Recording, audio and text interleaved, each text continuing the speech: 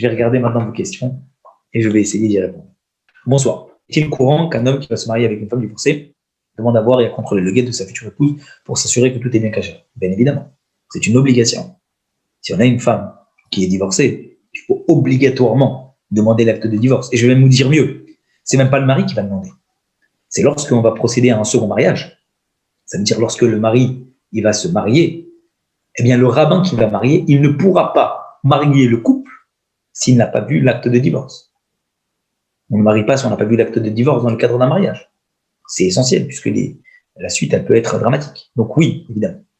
Ou est-ce que le rabbin qui va procéder au deuxième mariage demande à vérifier? D'accord, je n'avais pas lu la deuxième partie de la question. Alors en général, c'est le rabbin qui vérifie. Le mari il peut aussi vérifier. Non, mais je me dis, c'est qui demande à voir? C'est l'homme. Oui, l'homme peut demander à voir l'acte de la femme, bien sûr. Mais c'est sûr, quoi qu'il arrive, c'est une évidence que le rabbin qui va marier dans le deuxième mariage, il va vérifier cette chose. C'est une obligation.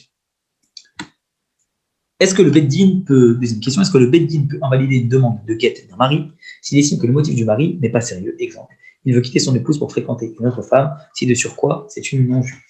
Oui. Oui, effectivement. Il faut savoir que, eh bien, le Beddin, il a la main mise sur les conditions du divorce. Le Beddin peut refuser de divorcer parce qu'il estime que les conditions, elles ne sont pas bonnes, ou il estime tout simplement que ce couple, il peut être encore sauvé. Donc en fait, même quand un couple qui veut divorcer va voir un Beddin et demande au Beddin, on veut divorcer, eh bien il faut savoir que le Beddin, c'est lui qui décide. Il a le droit de divorcer comme il a le droit de ne pas divorcer. Et pourquoi le Beddin est essentiel? Parce que s'il n'y a pas de signature de témoin et de validation de l'acte de divorce par des rabbinim qui sont qualifiés, l'acte de divorce n'est pas valable, comme on l'a vu. Donc automatiquement, le mari ne peut pas dire tiens, j'écris un acte, je le donne à un témoin, je le donne à un émissaire et il te le donne. Ça ne marche pas. Il faut obligatoirement que ce soit devant un Beddin. Est-ce que la rédaction du guet était payante? Oui, bien sûr, le sofer était payé. L'émissaire, le scribe qui écrivait le guet, il était rémunéré. Si l'émissaire ne trouve pas la femme, ne trouve pas la femme, mais qu'il le dépose dans sa propriété.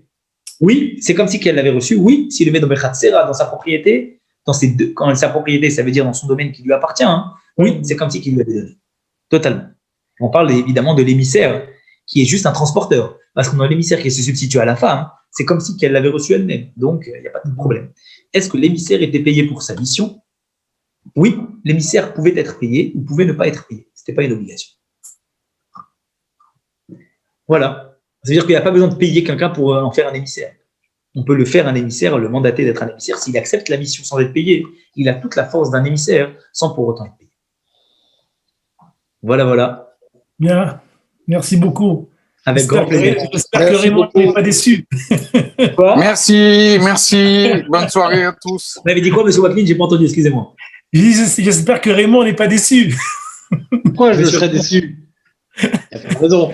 Moi, j'attends les shurim pour savoir comment on fait les bébés. Je vous souhaite une très très bonne soirée, des bonnes nouvelles à tout le monde. Bonne soirée à tous. Merci beaucoup. Merci.